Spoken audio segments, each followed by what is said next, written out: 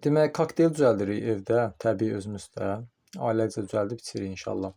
Demək, bizə lazımdır 1 ədəd banan, 4-5 ədəd xurma, tumlarını çıxardırsınız, qoyursunuz bura, yığırsınız. Sonra qoz, 3-4 ədəd qoz eləyirsiniz. Təbii ki, süd, kənd südü olsun, kənd südünün heyvanın südü olsun. Blender. Demək, bunlar hamısını blenderə tökürük.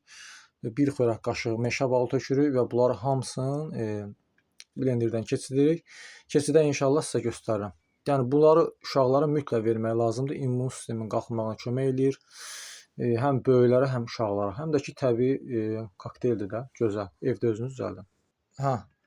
Hamısını demək, tökdük bura. 1 xörək qaşığı da bal qəşəng gəzdiririk bunun üstünə. Bala baxın, balın gözəlliyinə baxın bir dənə.